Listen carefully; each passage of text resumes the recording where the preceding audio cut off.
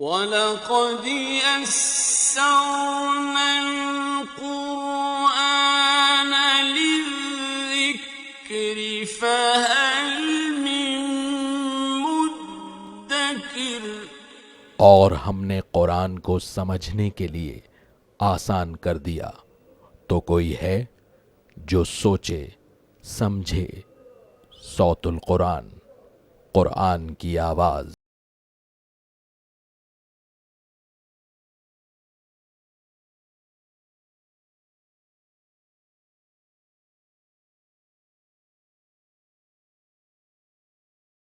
نحمده ونصلي على رسوله الكريم اما بعد فاعوذ باللہ من الشیطان الرجیم بسم اللہ الرحمن الرحیم الف لام را تلک آیات الکتاب وقرآن مبین صدق اللہ العظیم۔ سورۃ الحجر سے ہم اپنا مطالعہ شروع کر رہے ہیں۔ یہ سورہ مبارکہ بھی مکی صورت ہے اور مکے کے ابتدائی دور میں نازل ہونے والی صورتوں میں سے ایک ہے۔ مزید نوٹ فرمائیے کہ اس میں آیات چھوٹی چھوٹی ہیں اور ردم بڑا فاسٹ ہے۔ اول جو مکے میں صورت نازل ہوئی اس کا مزاج ایسے ہی کہ چھوٹی چھوٹی آیات اور ردم اس میں بڑا فاسٹ ہوتا ہے۔ اس میں رسولوں کے حالات کا ذکر بھی ہے اور اللہ کی نعمتوں کا بیان بھی انشاءاللہ ہم پڑھیں گے۔ نبی کریم صلی اللہ علیہ وسلم کو تسلی دی گئی ہے اور مشرکین کو تنبیہ کی گئی ہے۔ آدم علیہ السلام کا واقعہ بیان ہوا ہے، حضرت ابراہیم، حضرت لوط، حضرت شعیب اور حضرت صالح علیہ السلام اور ان کی قوموں کے حالات بیان ہوئے ہیں۔ مزید نوٹ فرمائی کہ ہمارے ہاں انڈو پاک میں جو قرآن شریف چھپتے ہیں اس میں ہم دیکھتے ہیں کہ 13ویں پارے کے اختتام پر سورۃ الحجر کی ایک آیت ہے اور بقیہ 98 آیات وہ 14ویں پارے میں موجود ہیں۔ تو نوٹ فرما لیجئے کہ نبی کریم صلی اللہ علیہ وسلم کے دور میں آیات، سورتوں اور منزلوں کی تقسیم ہو چکی تھی۔ سپاروں کی تقسیم بعد میں کسی دور میں ہوئی ہے۔ مقصد یہ تھا کہ 30 پارے کر دیے جائیں قرآن حکیم کے تاکہ ایک مہینے میں قرآن حکیم کی تلاوت مکمل ہو جائے، لیکن اس مقام پر یہ تقسیم غیر مناسب معلوم ہوتی ہے کہ ایک آیت ایک پارے میں ہے اور بقیہ 98 آیت پوری کی پوری صورت کی وہ دوسرے پارے میں ہے۔ ہاں، سعودی عرب سے جو مصحف قرآن حکیم کے چھپتے ہیں اس میں خیال رکھا گیا ہے یہ پہلی آیت بھی 14ویں پارے یا 14ویں جز میں شامل کی گئی ہے۔ وہ 14واں جز جو ہے وہ سورۃ الحجر سے ہی شروع ہوتا ہے۔ تو یہ ایک فرق ذہن میں رہنا چاہیے کہ سپاروں کی تقسیم دور نبوی صلی اللہ علیہ وسلم میں نہیں ہوئی بلکہ اس کے بعد ہوئی تھی۔ الف لام را یہ حروف مقطعات میں سے ہیں، اصل معنی اللہ ہی کے علم میں ہے۔ پہلے رکوع میں ہم دیکھیں گے کہ کفار کو تنبیہ کی گئی ہے، مشرکین کی ہٹ دھرمی کا بیان ہے اور قرآن حکیم کی حفاظت کا جو اللہ نے وعدہ فرمایا ہے اس کا ذکر آئے گا۔ تلک آیات الکتاب و قرآن مبین، یہ کتاب کی آیات ہیں اور واضح قرآن کی آیات ہیں۔ ربما یود الذین کفروا لو کانوا مسلمین، کبھی کافر بھی یہ تمنا کریں گے کاش وہ مسلمان ہوتے۔ یعنی ایک وقت آئے گا کہ جب یہ عذاب میں مبتلا کیے جائیں گے، پھر خاص طور پر قیامت کا دن ہوگا جب ہولناکی دیکھیں گے تو تمنا کریں گے کاش ہم بھی مسلمان ہوتے۔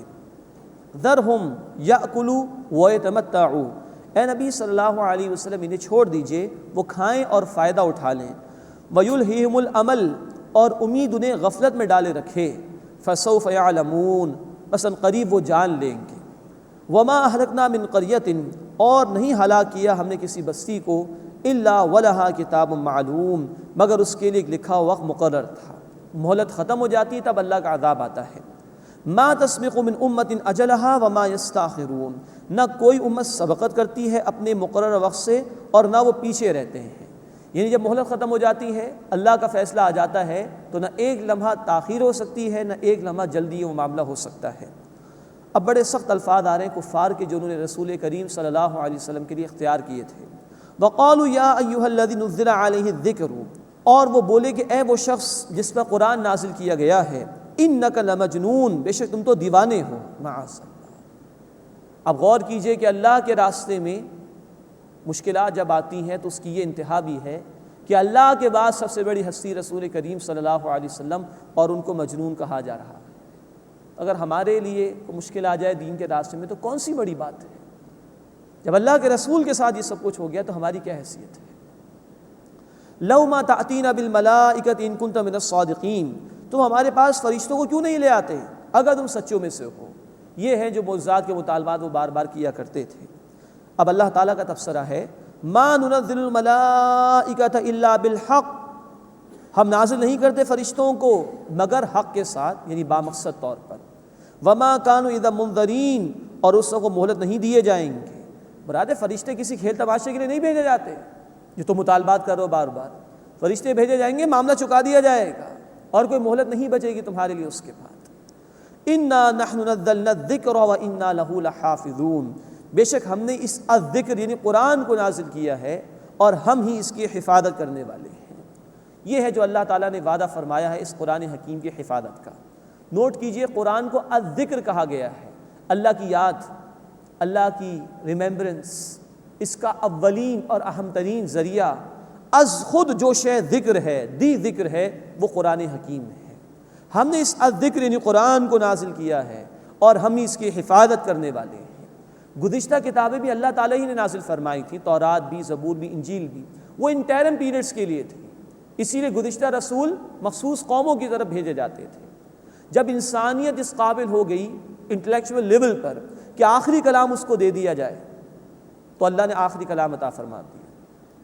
پہلی دوسری کلاس کے بچے کو 10ویں کی کتابیں نہیں پڑھائی جا سکتی، 10ویں کلاس کے طالب علم کو PhD لیول کی کتابیں نہیں پڑھائی جا سکتی، بلکہ وقت پر ہی پڑھائی جاتی ہیں۔ تو جب انسان اپنے انٹلیکچول لیول پر اور انٹلیکچول ایوولوشن کی اس سطح پر پہنچ گیا کہ اس قابل ہو گیا کہ آخری کلام اس کو دے دیا جائے تو اللہ نے قرآن بھی عطا فرمایا آخری کلام کے طور پر، اور اس کی حفاظت کا ذمہ بھی لیا، کیونکہ یہ فار ایور کے لیے ہے۔ اللہ کے رسول صلی اللہ علیہ وسلم کی رسالت تمام انسانیت کے لیے۔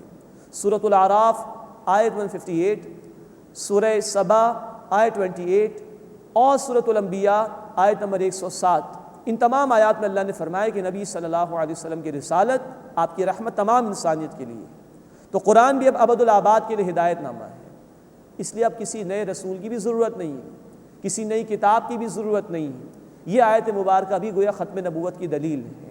پہلے کتابوں میں تحریف ہو جایا کرتی تھی تو اللہ نئی کتاب عطا کر دیا کرتے تھے، پہلے رسول کسی مخصوص قوم کے لیے ہوا کرتے تھے تو اللہ دوبارہ رسول بھیج دیا کرتے تھے، اب اللہ کے رسول تمام انسانیت کے لیے ہیں۔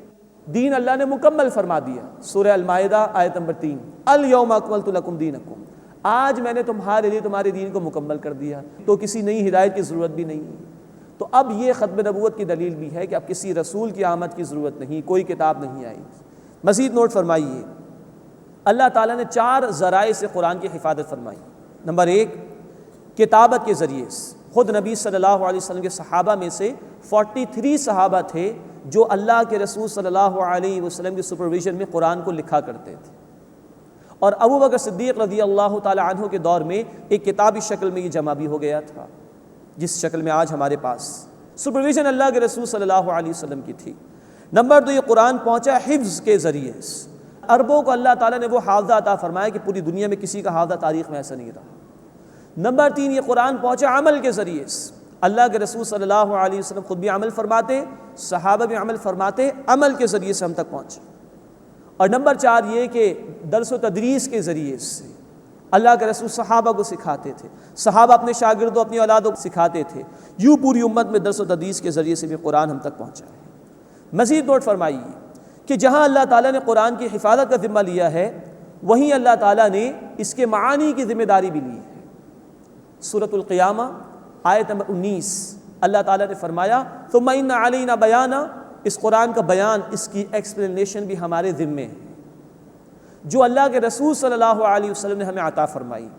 سورۃ النحل آیت نمبر 44، وَأَنزَلْنَا إِلَيْكَ الذِّكْرَ لِتُبَيِّنَ لِلنَّاسِ مَا نُزِّلَ إِلَيْهِمْ، اے نبی یہ الذکر یعنی قرآن ہم نے آپ پر نازل کیا ہے تاکہ آپ لوگوں کے لیے واضح فرما دیں کہ ان کے لیے کیا نازل کیا گیا ہے۔ قرآن کے بہت سے مقامات ہیں، اگر سنت رسول ہمارے سامنے نہ ہو تو معانی سمجھ میں نہیں آتے۔ تو قرآن کے صرف الفاظ ہی کی ذمہ داری اللہ نے نہیں لی، بلکہ قرآن کے معانی اور مفہوم کی ذمہ داری بھی اللہ تعالیٰ نے لی ہے جو ہم تک پہنچا ہے رسول کریم صلی اللہ علیہ وسلم کے ذریعے سے۔ اِنَّا نَحْنُ نَزَّلْنَا الذِّكْرَ، بے شک ہم نے اس الذکر یعنی قرآن کو نازل کیا ہے، وَإِنَّا لَهُ لَحَافِظُونَ، اور ہم اس کی حفاظت کرنے والے ہیں۔ یہ مشرکین کو بھی کہا جا رہا ہے کہ تم لاکھ مخالفت کر لو، ہم اس کی حفاظت کی ذمہ داری بھی لیں گے اور اس کے معانی کی ذمہ داری بھی لیں گے۔ اسی قرآن میں آ رہا ہے کہ مشرکین اللہ کے عذاب میں مبتلا کیے جائیں گے، مخالفین ناکام ہوں گے۔ اللہ تعالیٰ یہ فیصلہ فرما چکا ہے اور اس کے ظہور کا وقت بھی قریب آیا چاہتا ہے، تو تمہاری تمام تر مخالفتیں ناکام ہو جائیں گی۔ وَلَقَدْ أَرْسَلْنَا مِن قَبْلِكَ فِي شِيَعِ الْأَوَّلِينَ، اور یقیناً اے نبی صلی اللہ علیہ وسلم ہم نے آپ سے پہلے پچھلی قوموں میں رسول بھیجے۔ وَمَا يَأْتِيهِم مِّن رَّسُولٍ إِلَّا كَانُوا بِهِ يَسْتَهْزِئُونَ، اور ان کے پاس کوئی رسول نہیں آیا مگر وہ اس سے مذاق کیا کرتے تھے۔ كَذَلِكَ نَسْلُكُهُ فِي قُلُوبِ الْمُجْرِمِينَ، اسی طرح اس بات کو ہم ڈال دیتے ہیں گناہ گاروں کے دلوں میں۔ یعنی جنہوں نے ڈھٹائی کا مظاہرہ کیا، رسولوں کی مخالفت کی، ان کو اللہ نے گمراہ ہونے کی توفیق دے دی، اب وہ مخالفت میں ہی پڑے رہیں گے۔ اسی بات کو اللہ نے ان کے دلوں میں مضبوط فرما دیا ان کی ہٹ دھرمی اور مخالفت کی روش کی وجہ سے۔ لا یؤمنون بہ وقد خلت سنت الاولین، وہ اس پر یعنی قرآن پر ایمان نہیں لائیں گے اور گزر چکی ہے پہلو کی یہ روش۔ ولو فتحنا علیہم بابا من السماء، اور اگر ہم ان پر آسمان کو کوئی دروازہ کھول دیں، فولوا فیہ یعرجون، اور وہ اس میں چڑھتے بھی رہیں، اوپر تک پہنچ جائیں، لقالوا انما سکرت ابصارنا، تو وہ ضرور کہیں گے کہ بے شک ہماری نظر بندی کر دی گئی ہے، بل نحن قوم مسحورون، بلکہ ہم تو جادو زدہ لوگ ہیں۔ مراد یہ کہ ڈھٹائی کی اس قدر انتہا ہے کہ ان کو اگر آسمانوں پر بھی لے جایا جائے تب بھی کہیں گے ہماری نظر بندی ہو گئی، ہم پر جادو کر دیا گیا ہے۔ یہ ہے ان کی ہٹ درمی جس کو قرآن بیان کر رہا ہے کہ اب مان کر ہی نہیں دیں گے۔ اس کے بعد اس سورہ مبارکہ کا دوسرا رکوع شروع ہو رہا ہے، اس میں اللہ تعالیٰ نے اپنی نعمتوں کو بیان فرمایا ہے۔ وَلَقَدْ جَعَلْنَا فِي السَّمَاءِ بُرُوجًا، اور یقیناً ہم نے آسمان میں برج بنائے ہیں۔ ایک رائے یہ ہے کہ سورج کے مقامات، چاند کی منزلیں، ستاروں کی منزلیں وہ مراد ہیں کہ مختلف منازل ہیں ان سیاروں ستاروں کے حوالے سے جو اللہ نے مقرر فرمائی ہیں۔ وَزَيَّنَّاهَا لِلنَّاظِرِينَ، اور اسے دیکھنے والوں کے لیے زینت دی ہے، یعنی آسمان کو اللہ نے سجایا ہے ستاروں کے ذریعے سے، خاص طور پر شہری زندگی سے ہٹ کر سبربس کے علاقوں میں اور دیہاتی زندگی میں اگر رات کو انسان آسمان کی طرف نگاہ اٹھا کر دیکھے تو گویا ایک کالی چادر ہے جس پہ خوبصورت نگینے لگے ہوئے ہوتے ہیں، ایسا منظر دکھائی دیتا ہے۔ وَزَيَّنَّاهَا لِلنَّاظِرِينَ، اور اسے دیکھنے والوں کے لیے ہم نے زینت دی ہے۔ وَحَفِظْنَاهَا مِن كُلِّ شَيْطَانٍ رَجِيمٍ، اور ہم نے ہر مردود شیطان سے اس کی حفاظت کی ہے۔ مردود کے معنی جو رد کر دیا گیا ہو، یعنی اللہ کی رحمت سے دور کر دیا گیا ہو۔ وَحَفِظْنَاهَا مِن كُلِّ شَيْطَانٍ رَجِيمٍ، اور ہم نے ہر مردود شیطان سے اس آسمان کی حفاظت کی ہے۔ إِلَّا مَنِ اسْتَرَقَ السَّمْعَ فَأَتْبَعَهُ شِهَابٌ مُّبِينٌ، مگر جو چوری کر کے کچھ سن لے تو چمکتا ہوا شعلہ اس کا پیچھا کرتا ہے۔ یہ اشارہ اس بات کی طرف ہے کہ ستاروں کا ایک مقصد تو قرآن نے یہ بیان کیا کہ ان کے ذریعے سے اللہ تعالیٰ نے آسمان کو مزین کیا۔ دوسرا یہ کہ اگر شیاطین یعنی جنات وغیرہ میں سے کوئی آسمانی خبروں میں سے کچھ لینا چاہے تو یہ ستارے مارے جاتے ہیں ان کو شعلے بنا کر۔ بخاری شریف میں اس کی تفصیل موجود بھی ہے۔ اللہ مختلف فیصلے فرماتے ہیں، فرشتوں کے حوالے کرتے ہیں، تو یہ شیاطین جنات میں سے کچھ اچکنے کی کوشش کرتے ہیں، پھر جا کے مرچ مسالہ لگا کے اپنے کاہنوں کو بتایا کرتے تھے۔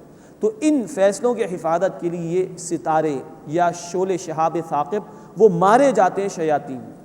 اور خاص طور پر جب اللہ کی وحی کا نزول ہوتا ہے تو اور زیادہ اہتمام ہوتا ہے ان شیاطین کو بھگانے کا، تاکہ کوئی بھی شیاطین جنات میں سے اس میں سے کچھ حاصل کرنے کی کوشش نہ کر سکے۔ وَالْأَرْضَ مَدَدْنَاهَا، اور ہم نے زمین کو پھیلایا، وَأَلْقَيْنَا فِيهَا رَوَاسِيَ، اور ہم نے اس پر پہاڑ رکھ دیے۔ مراد ہے کہ زمین کو ڈھلکنے سے بچانے کے لیے پہاڑوں کو جمایا گیا ہے زمین میں تاکہ زمین کو بیلنس کیا جائے۔ وَأَنبَتْنَا فِيهَا مِن كُلِّ شَيْءٍ مَّوْزُونٍ، اور اس میں ہر چیز ہم نے سوٹیبل موضوع اگائی ہے۔ اب اللہ کی قدرتیں دیکھیے، جہاں شدید گرمی ہوتی ہے ان علاقوں میں اللہ تعالیٰ تربوز کو پیدا فرما دیتا ہے جس کی تاثیر ٹھنڈی۔ سرد علاقوں میں آپ دیکھیں تو جانور ہے کچھ جن کو اللہ نے بڑے بڑے بال عطا کیے ہوئے ہیں کہ جس سے ان کی حفاظت ہو جاتی ہے۔ یہ اللہ کی قدرتیں ہیں۔ وَأَنبَتْنَا فِيهَا مِن كُلِّ شَيْءٍ مَّوْزُونٍ، اور اس میں ہر چیز ہم نے موضوع اگائی ہے۔ وَجَعَلْنَا لَكُمْ فِيهَا مَعَائِشَ، اور ہم نے تمہارے لیے اس میں زندگی کا سامان پیدا کیا۔ وَمَن لَّسْتُمْ لَهُ بِرَازِقِينَ، اور اس کے لیے بھی جسے تم رزق دینے والے نہیں ہو، تمہیں بھی اللہ رزق دے رہا ہے، ہر مخلوق کو اللہ تعالیٰ رزق دے رہا ہے، اور ہر شے اس نے موضوع پیدا فرمائی ہے، اور اللہ کے خزانوں کا بیان آ رہا ہے۔ وَإِن مِّن شَيْءٍ إِلَّا عِندَنَا خَزَائِنُهُ، اور کوئی چیز نہیں ہے جس کے خزانے ہمارے پاس نہ ہوں۔ وَمَا نُنَزِّلُهُ إِلَّا بِقَدْرٍ مَّعْلُومٍ، اور ہم نازل نہیں کرتے مگر ایک مناسب اندازے سے۔ اللہ کی قدرتیں، اللہ کے خزانے ہم اس کا شمار بھی نہیں کر سکتے۔ ہم سورہ ابراہیم آیت 34 میں پڑھ چکے ہیں، اللہ کی نعمتوں کو شمار کرنا بھی ممکن نہیں، اس کے بے تحاشا بے شمار خزانے ہیں، تھوڑا سا ہی وہ نازل کرتا ہے ان ڈیو میجر. جیسے جیسے آبادی بڑھ رہی ہے ایسے ایسے غذا کے ذخائر میں بھی اضافہ ہو رہا ہے، پر ایکڑ پروڈکشن میں بھی اضافہ ہو رہا ہے، نئی نئی ایجادات ہو رہی ہیں، تو اس کے خزانوں میں کوئی کمی نہیں. وَأَرْسَلْنَا الرِّيَاحَ لَوَاقِحَ، اور ہم نے ہوائیں بھیجی بھری ہوئی ہیں، یعنی پانی سے بھری ہوئی ہیں. فَأَنزَلْنَا مِنَ السَّمَاءِ مَاءً، پھر ہم نے آسمان سے پانی اتارا. فَأَسْقَيْنَاكُمُوهُ، پھر وہ ہم نے تمہیں پلایا. وَمَا أَنْتُمْ لَهُ بِخَازِنِينَ، اور تم اس کے خزانے جمع کرنے والے نہیں ہو. یہ بارش ہے، اللہ اس کو برساتا ہے، تمہاری ضروریات بھی پوری ہوتی ہیں. پھر پہاڑوں میں اللہ گلیشیئرز کی صورت میں اس پانی کو برف بنا دیتا ہے. تم تو یہ نظام نہیں قائم کرتے. پھر وہ برف پگھلتی ہے تو پانی بہہ جاتا ہے دریاؤں میں، وہاں سے سمندروں میں پہنچتا ہے. تو یہ سارے خزانے جو اللہ نے پیدا کیے ہیں، تمہارا کوئی اس پہ اختیار نہیں. وَإِنَّا لَنَحْنُ نُحْيِي وَنُمِيتُ وَنَحْنُ الْوَارِثُونَ، اور بے شک ہم ہی زندگی دیتے ہیں اور ہم ہی موت دیتے ہیں اور ہم ہی وارث ہیں، تم سب لوٹ کر ہماری طرف آؤ گے. وَلَقَدْ عَلِمْنَا الْمُسْتَقْدِمِينَ مِنْكُمْ وَلَقَدْ عَلِمْنَا الْمُسْتَأْخِرِينَ، اور یقیناً ہمیں معلوم ہے تم میں سے وہ جو پہلے گزر چکے ہیں اور وہ بھی جو بعد میں آئیں گے. ہر ایک اللہ کے علم میں موجود ہے. وَإِنَّ رَبَّكَ هُوَ يَحْشُرُهُمْ، اور بے شک اے نبی صلی اللہ علیہ وسلم آپ کا رب ان سب کو جمع فرمائے گا. إِنَّهُ حَكِيمٌ عَلِيمٌ، بے شک وہ خوب حکمت والا، خوب علم رکھنے والا ہے. اس کے بعد اب پھر آدم علیہ السلام کا واقعہ آ رہا ہے، اور اسی واقعے میں شیطان کا ذکر بھی آئے گا. وَلَقَدْ خَلَقْنَا الْإِنسَانَ مِنْ صَلْصَالٍ مِّنْ حَمَإٍ مَّسْنُونٍ، اور یقیناً ہم نے انسانوں کو پیدا کیا ایک بجتے ہوئے سیاہ سڑے ہوئے گارے سے. اب یہ تخلیق انسانی کے مراحل کو اللہ تعالیٰ بیان فرما رہے ہیں. نوٹ کیجئے، اللہ تعالیٰ کئی الفاظ انسان کی تخلیق کے مراحل کے حوالے سے استعمال فرماتے ہیں قرآن میں. نمبر 1 تراب، مٹی جب بھیگی ہوئی نہ ہو، خشک ہو تو اس کو تراب کہا جاتا ہے. جب اس مٹی کو بھگا دیا جائے تو اب اس کو طین کہا جاتا ہے. نمبر 3 قرآن نے کہا لازب، یعنی کہ مٹی پڑی رہے، بھیگی ہوئی مٹی، اس میں لیس پیدا ہو جائے تو اس کو لازب کہا جاتا ہے. نمبر 4 جیسے یہاں الفاظ آئے حمائم مسنون، سڑا ہوا مٹی، اس میں لیس تھی اور سڑ جائے وہ کافی عرصے تک تو اب اس میں بو سی بھی آنا شروع ہو جاتی ہے، یہ حمائم مسنون ہے. اور اس کے بعد سلسال، جب مٹی سوکھ گئی ہے تو اس کو اگر ہاتھ میں ہلایا جائے تو بجنے کی سی آواز آتی ہے، یہ بجنے والی مٹی، اس کو سلسال کہا جاتا ہے. اس میں غور و فکر کا بہت پہلو ہے جو اللہ نے تخلیق انسانی کے مراحل بیان کیے ہیں. وَلَقَدْ خَلَقْنَا الْإِنسَانَ مِنْ صَلْصَالٍ مِّنْ حَمَإٍ مَّسْنُونٍ، اور یقیناً ہم نے انسانوں کو پیدا کیا ایک بچتے ہوئے سیاہ سڑے ہوئے گارے سے. وَالْجَانَّ خَلَقْنَاهُ مِنْ قَبْلُ مِنْ نَارِ السَّمُومِ، اور جنات کو اس سے پہلے ہم نے بے دھوئے کی آگ سے پیدا کیا. یعنی آگ کی جو لپٹ ہوتی ہے، اس کا جو شعلہ ہوتا ہے جس میں دھواں نہیں ہوتا، اس سے جنات کو پیدا کیا گیا ہے. اور قرآن کی آیت بتا رہی ہے کہ جنات کی تخلیق انسانوں سے پہلے ہو چکی تھی. وَالْجَانَّ خَلَقْنَاهُ مِنْ قَبْلُ مِنْ نَارِ السَّمُومِ، اور جنات کو اس سے پہلے ہم نے بے دھوئے کی آگ سے پیدا کیا، یعنی آگ کے شعلے اور اس کی لپٹ سے. وَإِذْ قَالَ رَبُّكَ لِلْمَلَائِكَةِ، اور یاد کیجئے نبی صلی اللہ علیہ وسلم جب آپ کے رب نے فرشتوں سے کہا انی خالق بشرا من صلصال من حمأ مسنون، کہ بے شک میں انسان کو بنانے والا ہوں ایک بجتے ہوئے سیاہ سڑے ہوئے گارے سے. فَإِذَا سَوَّيْتُهُ، پس جب میں اسے درست کر لوں، وَنَفَخْتُ فِيهِ مِن رُوحِي، اور اس میں اپنی روح میں سے پھونک دوں، فَقَعُوا لَهُ سَاجِدِينَ، تو اس کے لیے سجدے میں گر جانا. اب نوٹ کیجئے، انسان میرا حیوان نہیں، جیسے کہ ڈارون کی تھیوری اور مغربی فلسفوں سے یہ بات انفر کرنے کی کوشش کی گئی. انسان میں اللہ کی روح میں سے بھی کچھ پھونکا گیا ہے. یہی بات ہم مزید پڑھیں گے انشاءاللہ سورہ صاد آیت نمبر 72 میں بھی، کہ اللہ کی روح میں سے اس انسان میں روح پھونکی گئی ہے، اور اسی کی بنیاد پر انسان کی فضیلت ہے، اور اسی کی بنیاد پر اللہ تعالیٰ نے فرشتوں کو سجدہ کرنے کا حکم دیا آدم علیہ السلام کو، یعنی انسان کو. فَإِذَا سَوَّيْتُهُ وَنَفَخْتُ فِيهِ مِن رُوحِي فَقَعُوا لَهُ سَاجِدِينَ، پھر جب میں اسے درست کر لوں اور اس میں اپنی روح میں سے کچھ پھونک دوں تو اس کے لیے سجدے میں گر جانا. فَسَجَدَ الْمَلَائِكَةُ كُلُّهُمْ أَجْمَعُونَ، بہت تاکیدی اسلوب ہے یہاں قرآن میں. پس سجدہ کیا تمام کے تمام فرشتوں نے، سب کے سب نے. الا ابلیس، سوائے ابلیس کی، ابا، اس نے انکار کیا، ان یکون مع ساجدین، کہ وہ سجدہ کرنے والوں کے ساتھ ہو جائے۔ اب نوٹ فرمائیے کہ یہاں محسوس ہوتا ہے کہ شیطان فرشتوں میں سے تھا، یہ بات درست نہیں ہے۔ ابلیس اس کا نام ہے، جس کے معنی مایوس ہو جانے کی۔ تو یہ ابلیس جو تھا، شیطان، یہ فرشتوں میں سے نہیں تھا۔ سورۃ الکہف آیت نمبر 50 میں اس کی وضاحت موجود ہے، کان من الجن، یہ ابلیس، یہ شیطان جنات میں سے تھا، ففسق عن امر ربہ، اس نے اپنے رب کی نافرمانی کی۔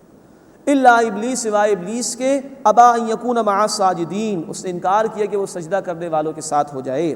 قال یا ابلیس، اللہ نے فرمایا کہ اے ابلیس، ما لک الا تکون مع الساجدین، تجھے کیا ہوا کہ تو سجدہ کرنے والوں کے ساتھ نہ ہوا؟ قال لم اکن لاسجد لبشر خلقتہ من صلصال من حمأ مسنون، اس سے کہا کہ میں نہیں ہوں کہ سجدہ کروں انسان کو جسے تو نے بجتے ہوئے سیاہ سڑے ہوئے گارے سے پیدا کیا۔ قال فخرج منہا فإنک رجیم، اللہ نے فرمایا کہ تو نکل جا، بے شک تو مردود ہے، یعنی رد کر دیا گیا ہے اللہ کی رحمت سے۔ اب نوٹ کیجئے کہ شیطنت کیا ہے؟ تکبر میں آ جانا، اس نے افضل سمجھا اپنے آپ کو انسان کے مقابلے میں، اور عقل پرستی کے فریب میں مبتلا ہو جانا، اللہ کے حکم کے مقابلے میں اپنی عقل لڑانے کی کوشش کر رہا ہے۔ یہ ہے شیطنت، تکبر اور عقل پرستی کا فریب۔ وَإِنَّ عَلَيْكَ اللَّعْنَةَ إِلَىٰ يَوْمِ الدِّينِ، اور بے شک تجھ پر بدلے کے دن تک لعنت ہے۔ قال رب فانظرنی الی یوم یبعثون، اس نے کہا کہ اے میرے رب مجھے اس دن تک کے لیے مہلت دے دے جس دن دوبارہ زندہ کیے جائیں گے لوگ۔ قال فإنک من المنذرین، اللہ نے فرمایا کہ بے شک تو مہلت دیے جانے والوں میں سے ہے۔ الی یوم الوقت المعلوم، اس دن تک کے لیے جس کا وقت معلوم ہے۔ قال ربی بما اغویتنی، اس سے کہا کہ اے میرے رب جیسے تو نے مجھے گمراہ کیا۔ یہ ہے، دیکھیے، تکبر، یہ ہے شیطنت، کہ جرم خود کیا اور الزام اللہ پر ڈالنا، معاذ اللہ۔ قال ربی بما اغویتنی، اس نے کہا کہ اے میرے رب جیسے تو نے مجھے گمراہ کیا ہے، لأزینن لہم فی الارض، تو میں ضرور ان کے لیے زمین میں مزین کروں گا، یعنی خوشنما کر کے دکھاؤں گا برائی کے اعمال۔ ولأغوینہم اجمعین، اور میں ضرور ان سب کو گمراہ کروں گا، الا عبادک منہم المخلصین، سوائے ان میں سے تیرے جو مخلص بندے ہوں گے جن کو تو نے خاص کر لیا ہوگا، اور یہ وہ ہیں کہ جو اللہ کی طرف لو لگائے رہتے ہیں، اللہ کی یاد سے سرشار رہتے ہیں، ان پر شیطان حملہ نہیں کر سکتا۔ قال ھذا صراط علی مستقیم، اللہ نے فرمایا کہ یہ ہے راستہ سیدھا جو مجھ تک آتا ہے، جو میرے ذکر سے سرشار ہو جائیں گے، میرے ہو رہیں گے، میں انہیں تیرے فریب سے بچا لوں گا۔ ان عبادی لیس لک علیہم سلطان، بے شک وہ میرے بندے ہیں، ان پر تیرا کوئی زور نہیں۔ الا من اتبعک من الغاوین، سوائے گمراہوں میں سے جس نے تیری پیروی کی، جن پر تیرا زور چل جائے گا وہ پہ گمراہ ہیں۔ وَإِنَّ جَهَنَّمَ لَمَوْعِدُهُمْ أَجْمَعِينَ، اور بے شک ان سب کے لیے جہنم وعدے کی جگہ ہے۔ لَهَا سَبْعَةُ أَبْوَابٍ، اس کے 7 دروازے ہیں۔ لِكُلِّ بَابٍ مِّنْهُمْ جُزْءٌ مَقْسُوم، ہر دروازے کے لیے ان کا ایک حصہ تقسیم شدہ ہے، یعنی جرم کی شدت کے اعتبار سے ان کو مختلف دروازوں سے جہنم میں داخل کیا جائے گا۔ اللہم اجرنا من النار، اے اللہ ہمیں آگ کے عذاب سے محفوظ فرما۔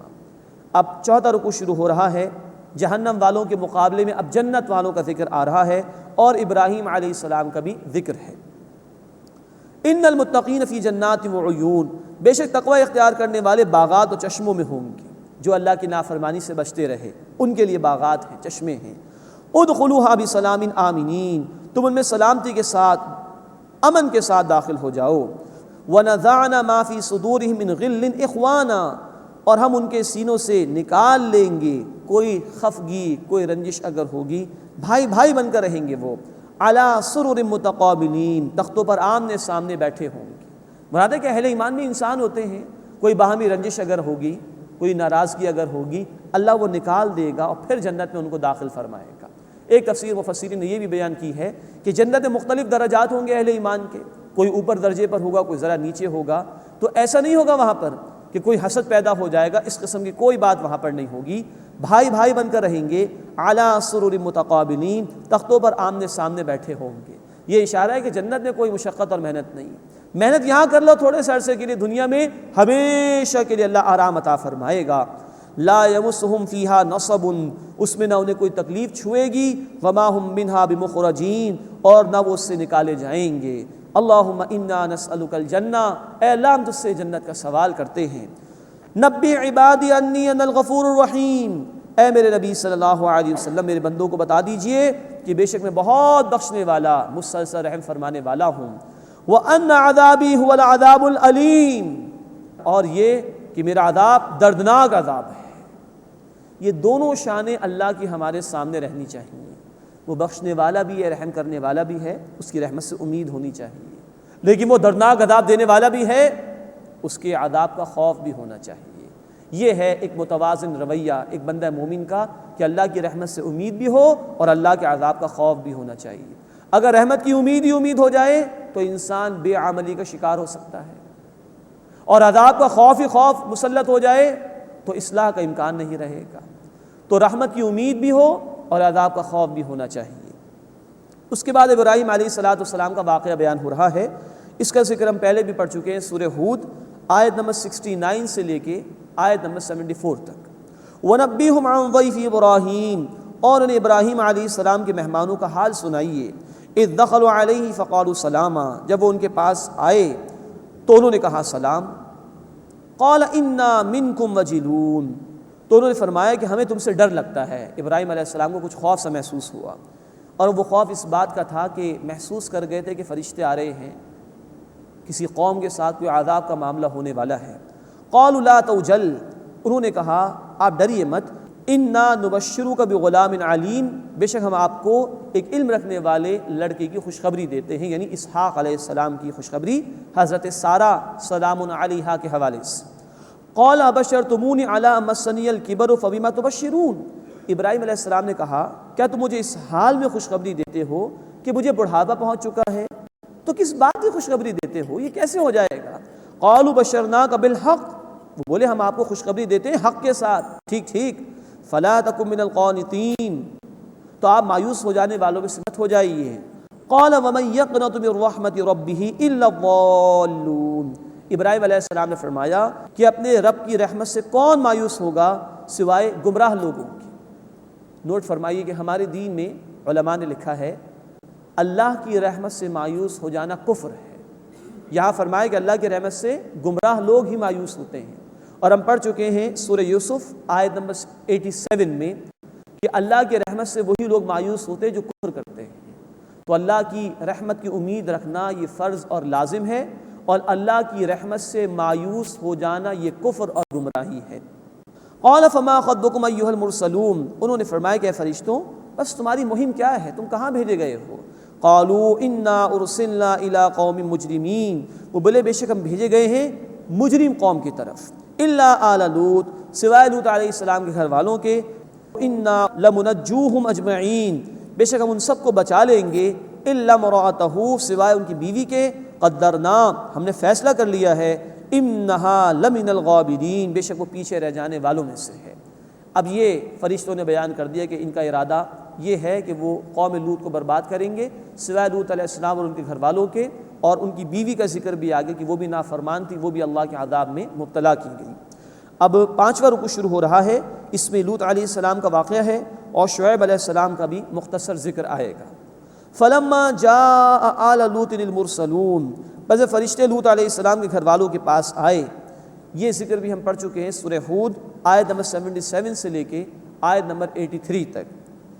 فلما جاء آل لوط المرسلون، بس فرشتے لوط علیہ السلام کے گھر والوں کے پاس آئے، قال انکم قوم منکرون، تو انہوں نے کہا کہ تم تو اجنبی لوگ معلوم ہوتے ہو۔ قالوا بل جئناک بما كانوا فیہ یمترون، انہوں نے کہا کہ ہم اس کے ساتھ آئے ہیں جس میں وہ شک کرتے ہیں۔ وَأَتَيْنَاكَ بِالْحَقِّ، اور ہم آپ کے پاس آئے ہیں حق کے ساتھ، ٹھیک طور پر، بامقصد طور پر۔ وَإِنَّا لَصَادِقُونَ، اور بے شک ہم سچے ہیں۔ فَأَسْرِ بِأَهْلِكَ بِقِطْعٍ مِّنَ اللَّيْلِ، بس اپنے گھر والوں کو رات کے ایک حصے میں لے جائیے۔ وَاتَّبِعْ أَدْبَارَهُمْ، اور خود ان کے پیچھے پیچھے چلیے۔ وَلَا يَلْتَفِتْ مِنكُمْ أَحَدٌ، اور تم میں سے کوئی ایک بھی پیچھے مڑ کر نہ دیکھے۔ وَامْضُوا، اور چلو، حَيْثَ تُؤْمَرُونَ، جیسے تمہیں حکم دیا گیا ہے۔ وَقَضَيْنَا إِلَيْهِ ذَلِكَ الْأَمْرَ، اور ہم نے ان کی طرف اس بات کا فیصلہ بھیج دیا، أَنَّ دَابِرَ هَؤُلَاءِ مَقْطُوعٌ مُصْبِحِينَ، کہ صبح ہوتے ہی لوگوں کی جڑ کاٹ دی جائے گی۔ یہ عذاب کا فیصلہ بتا دیا گیا لوط علیہ السلام کو بھی کہ یہ قوم اب برباد کی جائے گی۔ وَجَاءَ أَهْلُ الْمَدِينَةِ يَسْتَبْشِرُونَ، اور شہر والے خوشیاں مناتے ہوئے آئے۔ مراد یہ کہ یہ فرشتے انسانی شکل میں آئے تھے، خوبصورت لڑکوں کی شکل میں آئے تھے، اور قوم ہم جنس پرستی میں، ہومو سیکچولیٹی میں مبتلا تھی، تو قوم کے لوگوں نے برا ارادہ کرنا چاہا، اس کا ذکر قرآن نے کیا۔ وَجَاءَ أَهْلُ الْمَدِينَةِ يَسْتَبْشِرُونَ، اور شہر والے خوشیاں مناتے ہوئے آئے۔ قَالَ إِنَّ هَؤُلَاءِ ضَيْفِي فَلَا تَفْضَحُونَ، لوط علیہ السلام نے فرمایا کہ یہ میرے مہمان ہیں، بس مجھے رسوا نہ کرو۔ وَاتَّقُوا اللَّهَ، اور اللہ کا تقوی اختیار کرو، ڈرو اللہ کی نافرمانی سے۔ وَلَا تُخْزُونِ، اور مجھے بے آبرو نہ کرو۔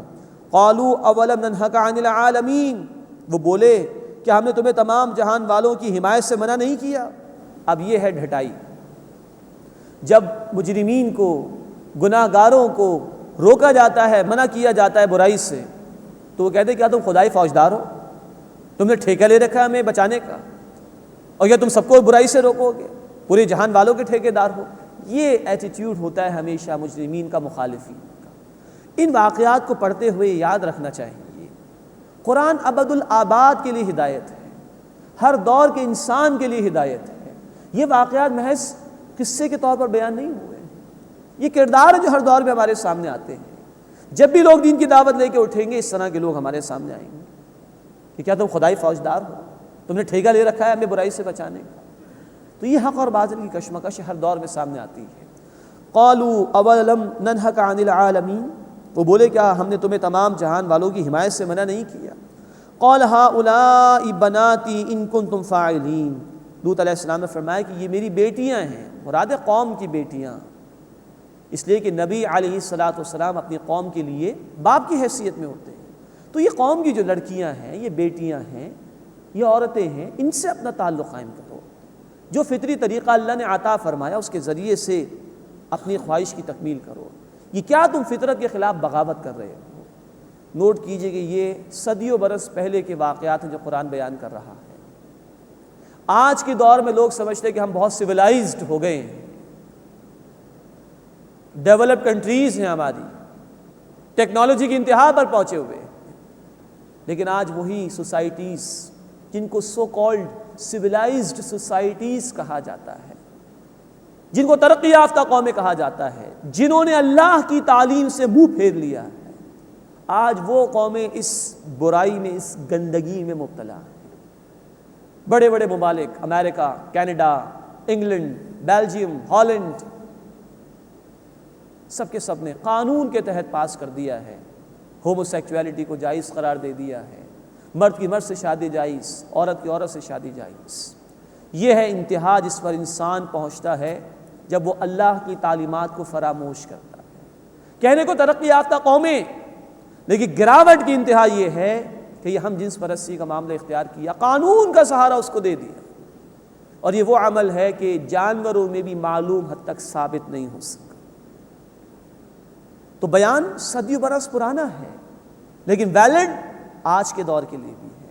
قرآن ہمیں کہتا ہے سورۃ الانبیاء آیت نمبر 10 میں، لَقَدْ أَنزَلْنَا إِلَيْكُمْ كِتَابًا فِيهِ ذِكْرُكُمْ أَفَلَا تَعْقِلُونَ، یقیناً ہم نے تمہاری طرف ایک کتاب نازل کی ہے جس میں تمہارا اپنا ذکر موجود ہے۔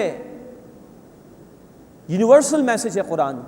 آج ہم گلوبل لیول پر زندگی بسر کر رہے ہیں تو گلوبل گائیڈنس ہمارے پاس موجود ہے۔ اللہ کھول کھول کر بتا رہا ہے کہ کیا کیا گمراہیاں گزشتہ قوموں میں پیدا ہوئیں اور جو تم میں بھی پیدا ہوئی۔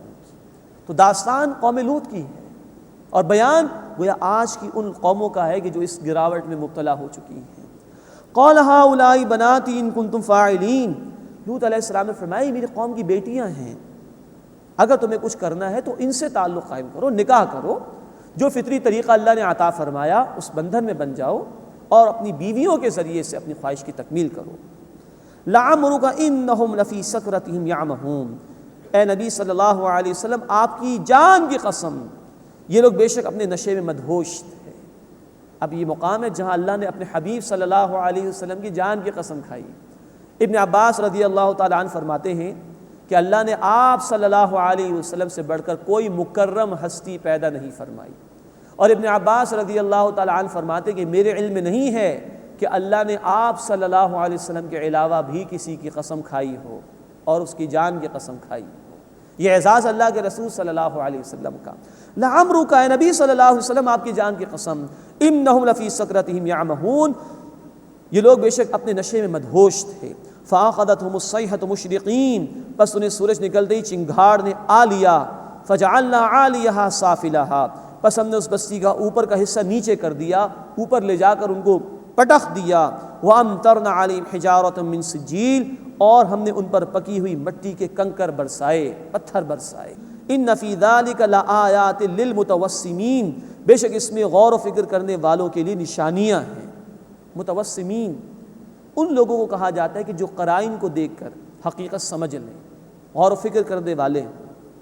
جامع ترمذی کی حدیث ہے، اللہ کے رسول صلی اللہ علیہ وسلم نے فرمایا مومن کی فراست سے بچو، وہ اللہ کے نور سے دیکھتا ہے. پھر آپ صلی اللہ علیہ وسلم نے یہ آیت تلاوت فرمائی.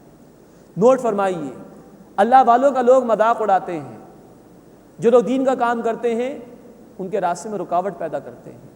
وہ اللہ والے، وہ دین کا کام کرنے والے بڑے بھولے بھالے لوگ ہوتے ہیں، وہ کچھ کہتے نہیں، وہ برداشت کرتے ہیں، برائی کا جواب بھلائی سے دیتے ہیں.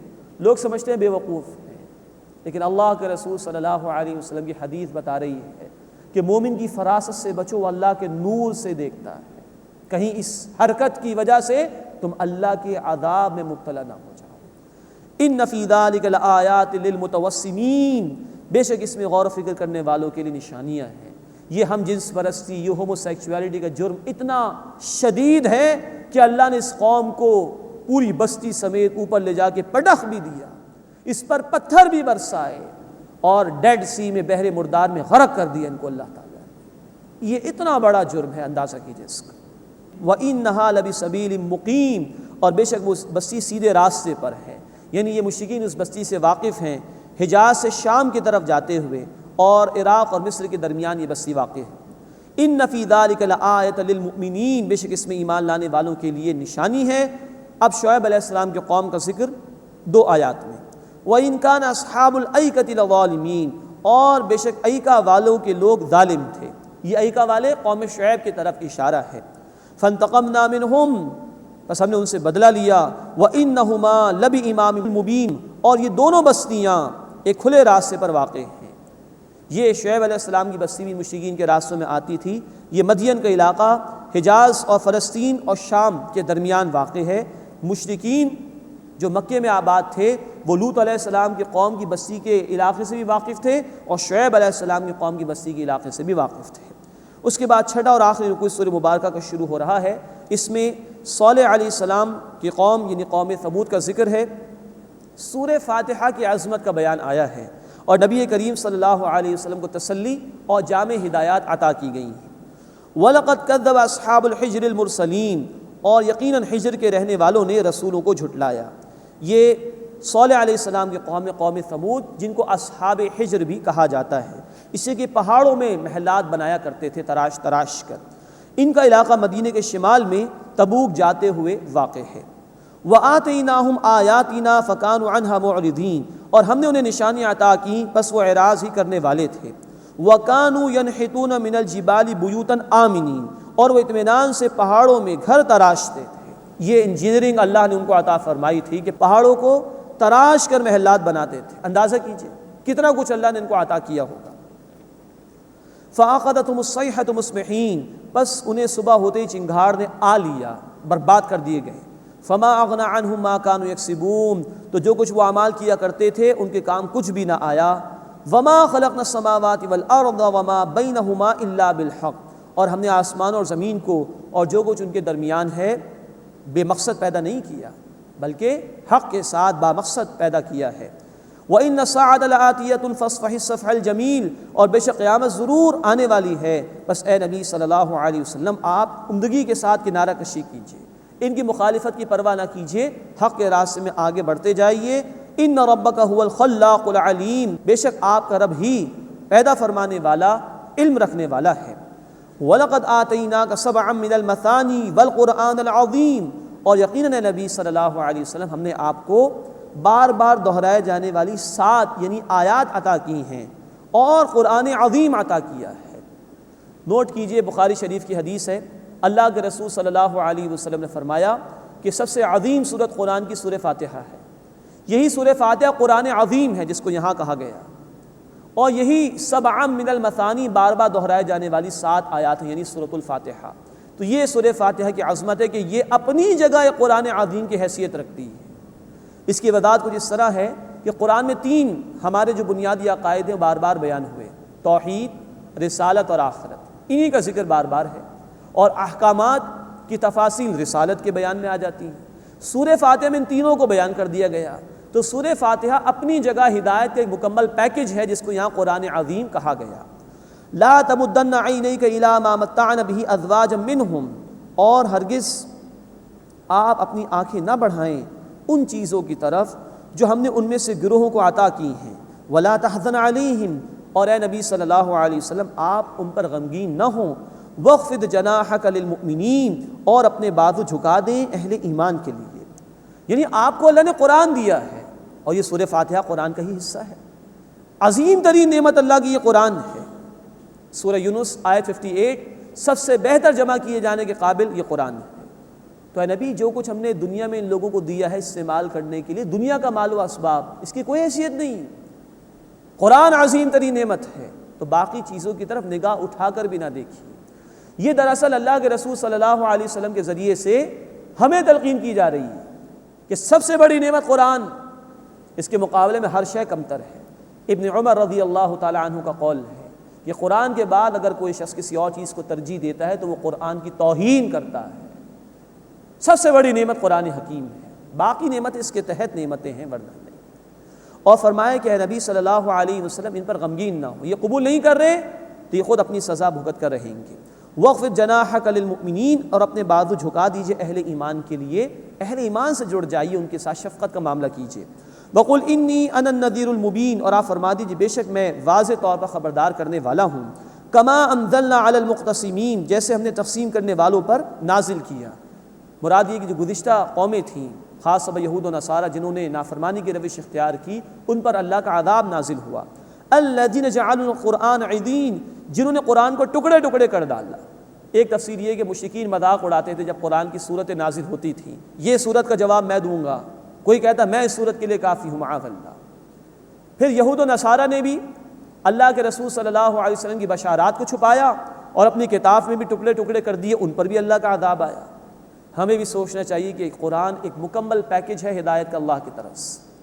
ہم نے کہیں اس میں تقسیم تو نہیں کر رکھی کہ کچھ باتوں پر عمل ہے کچھ پر نہیں۔ سورہ البقرہ آیت 85 میں الفاظ ہیں، جو قرآن کے بعض احکامات پر عمل کریں بعض پر نہ کریں تو دنیا میں ذلت اور رسوائی اور آخرت میں شدید عذاب ہے۔ اللہ ہمیں پورے قرآن حکیم پر عمل کی توفیق عطا فرمائے۔ فَوَرَبِّكَ لَنَسْأَلَنَّهُمْ أَجْمَعِينَ، پس آپ کے رب کی قسم ہم ان سے ضرور پوچھیں گے، عَمَّا كَانُوا يَعْمَلُونَ، اس کے متعلق جو کچھ کہ وہ کیا کرتے تھے۔ فَاصْدَعْ بِمَا تُؤْمَرُ، اے نبی صلی اللہ علیہ وسلم جو حکم آپ کو دیا گیا اسے صاف صاف بیان کر دیجئے۔ وَأَعْرِضْ عَنِ الْمُشْرِكِينَ، اور مشرکین سے اعراض کیجئے۔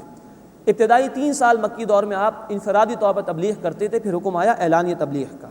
اِنَّا كَفَيْنَاكَ الْمُسْتَهْزِئِينَ، بے شک مذاق اڑانے والوں کے خلاف اے نبی صلی اللہ علیہ وسلم ہم آپ کے لیے کافی ہیں۔ الَّذِينَ يَجْعَلُونَ مَعَ اللَّهِ إِلَٰهًا آخَرَ، وہ لوگ کہ جو اللہ کے ساتھ کوئی دوسرا معبود بناتے ہیں، فَسَوْفَ يَعْلَمُونَ، وہ ان قریب جان لیں گے، اس کی سزا ان کو ملے گی۔ وَلَقَدْ نَعْلَمُ أَنَّكَ يَضِيقُ صَدْرُكَ بِمَا يَقُولُونَ، اور اے نبی صلی اللہ علیہ وسلم یقیناً ہم جانتے ہیں کہ جو کچھ وہ کہتے ہیں اس سے آپ کا دل تنگ ہوتا ہے۔ یہ تسلی اللہ کے رسول کی۔ اب اس مخالفت کو برداشت کرنے کے لیے تلقین ہو رہی ہے۔ فَسَبِّحْ بِحَمْدِ رَبِّكَ، پس تسبیح بیان کیجئے اپنے رب کی حمد کے ساتھ۔ وَكُن مِّنَ السَّاجِدِينَ، اور سجدہ کرنے والوں میں سے ہو جائیے۔ اللہ کا ذکر آپ کو قوت عطا کرے گا۔ وَاعْبُدْ رَبَّكَ حَتَّى يَأْتِيَكَ الْيَقِينُ، اور عبادت کیجئے اپنے رب کی یہاں تک کہ یقینی بات آ جائے، یعنی موت آ جائے۔ اللہ تعالی ہمیں بھی مرتے دم تک اپنی عبادت کی توفیق عطا فرمائے۔ آمین یا رب العالمین۔ وآخر دعوانا ان الحمد للہ رب العالمین۔